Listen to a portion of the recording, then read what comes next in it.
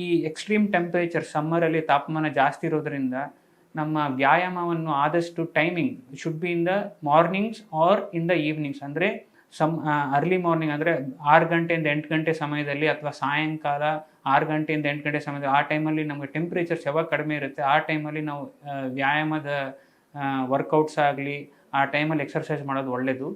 ಆಮೇಲೆ ಮತ್ತು ಸಮ್ಮರಲ್ಲಿ ನಮ್ಮ ವ್ಯಾಯಾಮವನ್ನು ಆದಷ್ಟು ಕಡಿಮೆ ಪ್ರಮಾಣದಲ್ಲಿ ಮಾಡೋದು ಒಳ್ಳೆಯದು. ಅಂದರೆ shorter workouts, it should not be long workouts.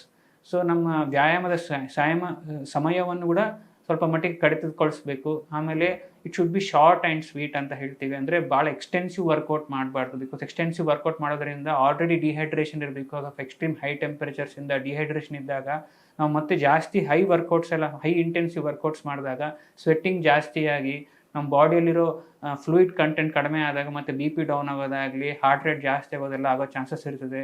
So ಅದರಿಂದ ಮನುಷ್ಯನಿಗೆ ಹೀಟ್ ಸ್ಟ್ರೋಕ್ ಆಗ್ಬೋದು, ಇಲ್ಲ ತಲೆ ತಿರುಗಿ ಬೀಳ್ಬೋದು ಬಿ ಪಿ ಡೌನ್ ಆಗಿ. ಸೊ ಇದನ್ನೆಲ್ಲ ಅವಾಯ್ಡ್ ಮಾಡಬೇಕು. So it is better to do shorter workouts. ಅಂದರೆ ನಮ್ಮ ವ್ಯಾಯಾಮದ ಸಮಯವನ್ನು ಕಡಿತಗೊಳಿಸಬೇಕು.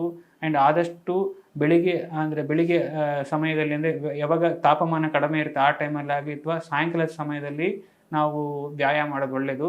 ಆಮೇಲೆ best thing at this point of time ಅಂದರೆ ವ್ಯಾಯಾಮದಲ್ಲಿ ಅದು ಕೂಡ ಹೈ ಇಂಟೆನ್ಸಿವ್ ವರ್ಕೌಟ್ಸ್ ಬದಲು ನಾವು ವಾಕಿಂಗ್ ಅಥವಾ ಬ್ರಿಸ್ಕ್ ವಾಕಿಂಗ್ ಅಂತ ಹೇಳ್ತೀವಿ. ಅಂದರೆ brisk walking it's is the best exercise. At least 15ರಿಂದ 20 ನಿಮಿಷದವರೆಗೆ ನಾವು ಕಾಲ್ನಡಿಗೆ ಮಾಡೋದಾಗಲಿ ಲೈಕ್ ವಾಕಿಂಗ್ ಮಾಡೋದಾಗಲಿ this is one of the best exercises in summer. Workout ಮಾಡಿ ಆದಮೇಲೆ ಆಗಲಿ ವಿ ಶುಡ್ ಪ್ರಾಪರ್ಲಿ ಹೈಡ್ರೇಟ್. ನಾವೆಲ್ಲ ಎಕ್ಸರ್ಸೈಸ್ ಮಾಡಿ ಬಂದಾದಮೇಲೆ we should take appropriate rest ತೊಗೊಂಡ್ಬಿಟ್ಟು ಆ ಟೈಮಲ್ಲಿ ವಿ ಶುಡ್ ರಿಲ್ಯಾಕ್ಸ್ ಅಂಡ್ರೆ ಕೂಲ್ ಎನ್ವಿರಾನ್ಮೆಂಟ್, ಎ ಸಿ ಕೆಳಗಾಗಲಿ ಅಥವಾ ಫ್ಯಾನ್ ಕೆಳಗಡೆ ಆಗಲಿ.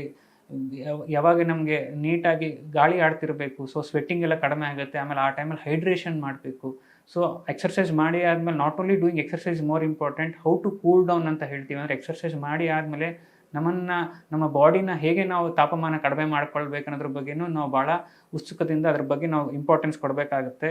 So we should stay in a shady environments. ಅಂದರೆ ನಮಗೆ ಎಲ್ಲಿ ತಾಪಮಾನ ಕಡಿಮೆ ಇರ್ತದೆ ಮತ್ತು ಎಲ್ಲಿ ಕೂಲ್ ಟೆಂಪ್ರೇಚರ್ ಇರ್ತದೆ ಅಂಥ ಕಡೆ ರೆಸ್ಟ್ ತೊಗೊಂಡು ಮತ್ತು ನಮ್ಮ ವಾಟ್ ಎವರ್ ಟೈಟ್ ಕ್ಲಾತಿಂಗ್ ಏನಿರುತ್ತೆ ಉಡುಪುಗಳನ್ನು ನಾವು ರಿಲ್ಯಾಕ್ಸ್ ಮಾಡಬೇಕು, ಲೂಸನ್ ಮಾಡಬೇಕು.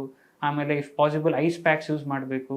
ಆಮೇಲೆ hydration is very much important. So ಈ ಥರದ್ದು ಮಾಡೋದ್ರಿಂದ ನಮ್ಮ ಬಾಡಿ ಟೆಂಪ್ರೇಚರ್ ನಾವು ವ್ಯಾಯಾಮ ಮಾಡಿದಾಗ ಏನು ಜಾಸ್ತಿ ಆಗಿರುತ್ತೆ ಸೊ ಅದು ಫಾಸ್ಟಾಗಿ ಕೂಲ್ ಡೌನ್ ಆಗೋ ಚಾನ್ಸಸ್ ಇರ್ತದೆ. ಸೊ ಅದರಿಂದ ನಮಗೆ ಬಿ ಪಿ ಶೂಟಪ್ ಆಗೋದಾಗಲಿ, ಇಲ್ಲ ಬಿ ಪಿ ಡೌನ್ ಆಗೋದಾಗಲಿ, ಇಲ್ಲ ಹಾರ್ಟ್ ರೇಟ್ ಜಾಸ್ತಿ ಆಗೋದಾಗಲಿ, ಹೃದಯ ಮೇಲೆ ಆಗೋ ಒತ್ತಡವನ್ನು ನಾವು ತಕ್ಕ ಮಟ್ಟಿಗೆ ಸ್ವಲ್ಪ ನಾವು ಕಡಿಮೆ ಮಾಡ್ಬೋದು.